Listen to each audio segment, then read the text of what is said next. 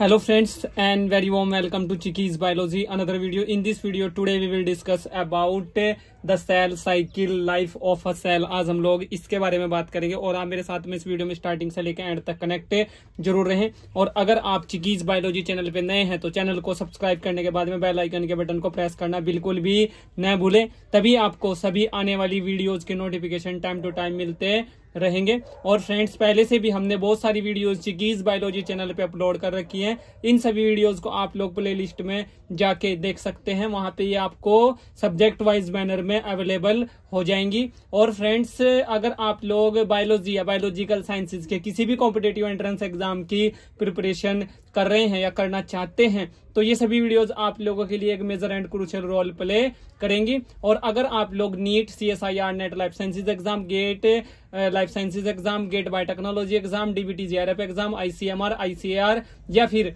CUET MSc in biotechnology entrance exam की preparation करना चाहते हैं तो फ्रेंड्स ये सभी वीडियोस आप लोगों के लिए हाईली इंपॉर्टेंट है, हाईली क्रूशियल हैं। तो आज का जो हमारा टॉपिक है वो है the cell cycle life of a cell. आज हम लोग इसके बारे में यहाँ पे इन डिटेल बात करेंगे और जानेंगे। तो friends, cell division is a crucial process in all living organisms.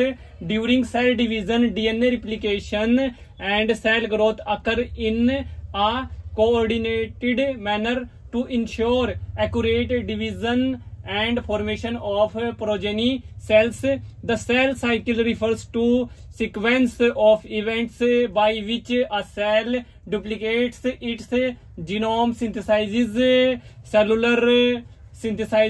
cellular components and divides into two daughter cells, while cell growth, जिसको हम लोग साइटोप्लाज्मिक इंक्रीज भी बोलते हैं, in other words, is continuous DNA synthesis occurs only during a specific stage of cell cycle. तो friends, ये एक introduction है सेल साइकिल का, जिसको हम लोग लाइफ ऑफ अ सेल भी बोलते हैं, जो मैंने आप लोगों के साथ में यहाँ पे अभी डिस्कस किया। अब बात करेंगे हम लोग उन सभी फेजेस की जो सेल साइकिल में पार्टिसिपेट करते हैं। तो phases of a cell cycle, तो फ्रेंड्स इसमें इंटरफेज होता है और एमफेज होता है और साइटोकाइनेसिस की भी यहाँ पे बात करेंगे।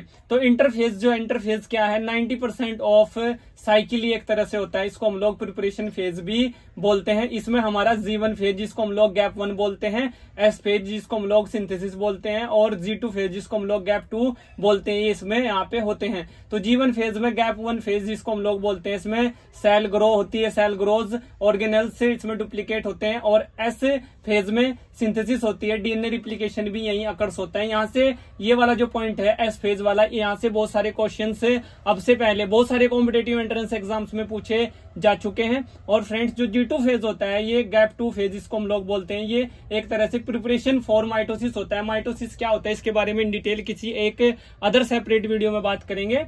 और फ्रेंड्स, यहाँ पे एरर चेकिंग भी यहाँ पे होता है। और इस एक डायग्राम के थ्रू या इस एक पिक्चर के थ्रू या इस एक फिगर के थ्रू भी आप इसको समझ सकते हैं। जो एम फेज है, इसमें हमारा प्रोफेज, मेटाफेज, एनाफेज, टीलोफेज यहाँ पे होता है, इनकी हम लोग स्टडी करते हैं। और इसके बाद हमारा G1 फेज होता है, G1 से पहले G0 फेज होता है और S फेज होता है और G2 फेज यहाँ पे होता है। तो ये आप लोगों को पता चल गया होगा, इस डायग्राम से भी आप समझ सकते हैं। उसके बाद बात करेंगे यहाँ पे सेकंड जो यहाँ पे पॉइंट है वो है एम फेज। एम फेज को हम लोग माइटोसिस भी बोलते हैं और ये सेल डिवीजन फेज एक तरह से होता है। माइटोसिस क्या होता है इस पे भी इन डिटेल किसी सेपरेट वीडियो में बात करेंगे, आने वाली अपकमिंग वीडियोज में बात करेंगे। तो फ्रेंड्स, प्रोफेज की अगर यहाँ पे बात करें तो एम फेज में यहाँ पे प्रोफेज आता है, मेटाफेज आता है, एनाफेज आता है, टीलोफेज आता है। तो प्रोफेज क्या होता है? इसमें क्रोमोजोम्स कंडेंस होते हैं और स्पिंडल फाइबर्स फॉर्म होते हैं। मेटाफेज में क्या होता है? Chromosomes aligns at cells equator होता है। और एनाफेज में क्या होता है? सिस्टर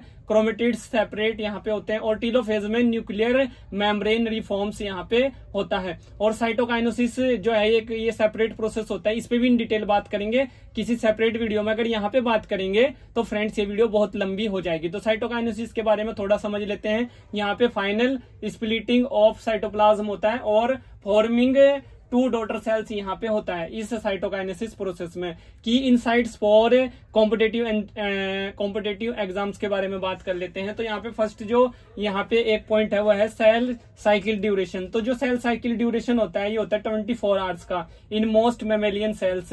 उसके बाद ये वो पॉइंट्स हैं जिनको बहुत सारे कॉम्पिटिटिव एंट्रेंस एग्जाम्स में सबसे पहले पूछा जा चुका है या क्वेश्चन यहाँ से अराइज हो चुके हैं। और ये जो हमारी वीडियो है इनको मैं आप लोगों के लिए कॉम्पिटिटिव एंट्रेंस एग्जाम्स के पॉइंट ऑफ व्यू से लेके आता हूं। उसके बाद जो रेगुलेशन है, रेगुलेशन जो है इसमें कंट्रोल्ड बाय साइक्लिन्स एंड सीडीकेज और साइक्लिन डिपेंडेंट काइनेसिस भी हम लोग इनको बोलते हैं सीडीकेज को। यहां से भी क्वेश्चन पूछा गया है।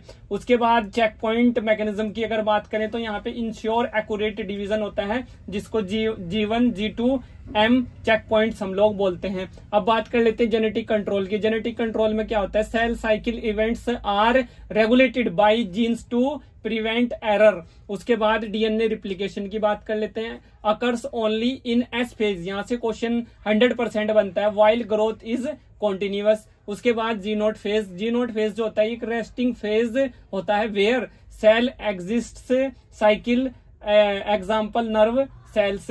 अब बात कर लेते हैं एबनॉर्मल सेल साइकिल की। Leads to uncontrolled cell division जिसको हम लोग कैंसर फॉर्मेशन भी बोलते हैं। और फ्रेंड्स जो कैंसर फॉर्मेशन है ये एक तरह से अनकंट्रोल्ड सेल डिवीजन होता है या अनकंट्रोल्ड सेल ग्रोथ इसको हम लोग बोलते हैं या मानते हैं। और जिस सेल की ग्रोथ अनकंट्रोल्ड हो जाती है वो सेल नॉर्मल सेल की तरह बिहेव ना करके एक एबनॉर्मल सेल की तरह बिहेव करती है और उसी को हम लोग कैंसर सेल बोलते हैं। और फ्रेंड्स ये सेल साइकिल जो रेगुलेशन होता है उसको भी ये वहां पे रिस्पेक्ट नहीं करती कैंसर सेल। और एक नॉर्मल सेल और जो कैंसर सेल है इसमें एक सबसे बड़ा जो फर्क होता है वो ये होता है कि जो एक नॉर्मल सेल होती है उसका जो ग्लूकोज का कंजप्शन होता है वो एक तरह से ज्यादा होता है in the comparison of cancer cell में, यानी कि वहां पे ज्यादा कैंसर सेल ग्लूकोज कंज्यूम करती है in the comparison of a normal cell. उसके बाद बात करते हैं और एक नॉर्मल सेल एक कैंसर सेल जो एक कैंसर सेल है वो एक नॉर्मल सेल से ज्यादा क्यों ग्लूकोज को कंज्यूम करती है, क्योंकि फ्रेंड्स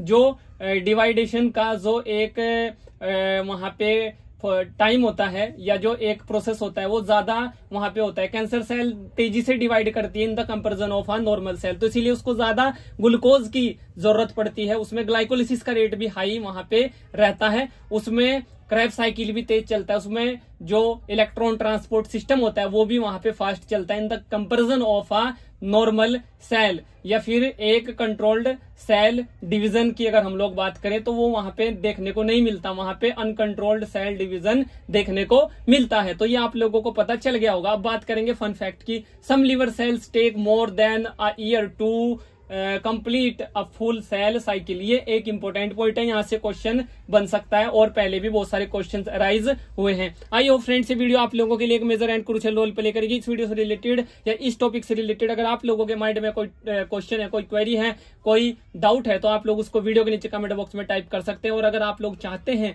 कि इन फ्यूचर भी मैं आप लोगों को इसी तरह की वीडियोस प्रोवाइड कराता रहूं तो प्लीज फ्रेंड्स चिकीज बायोलॉजी चैनल को सब्सक्राइब करने के बाद में बेल आइकन के बटन को प्रेस करना बिल्कुल भी न भूलें, तभी आपको आने वाली सभी वीडियोस के नोटिफिकेशन टाइम टू टाइम मिलते रहेंगे। और फ्रेंड्स इन सभी वीडियोस को लेके आने का मेरा जो यहाँ पे मेन मोटिव है वो ये है कि आप लोग बायोलॉजी के किसी भी या बायोलॉजिकल साइंसेज के किसी भी कॉम्प्लेक्स से कॉम्प्लेक्स टॉपिक को एक इजिली वे में अंडरस्टैंड कर पाए और आपको बायोलॉजी का कोई भी कॉम्प्लेक्स टॉपिक या कोई भी हार्ड टॉपिक एक इजी टॉपिक वहां पे लगने लगे और आप लोग इसको अच्छे से अंडरस्टैंड करें और सभी टॉपिक्स की को लेके आप लोगों की जो अंडरस्टैंडिंग है वो बेटर वहां पे हो जाए, जिससे कि आप लोग अपने किसी भी कॉम्पिटिटिव एंट्रेंस एग्जाम में एक अच्छी रैंक, एक अच्छा स्कोर लेके आए और अपने एक ड्रीम कॉलेज में, अपने एक ड्रीम इंस्टीट्यूशन में, अपने एक ड्रीम यूनिवर्सिटी में एडमिशन ले सके। Thank you friends, thank you for watching and do subscribe the channel for upcoming videos and latest updates. Thank you friends.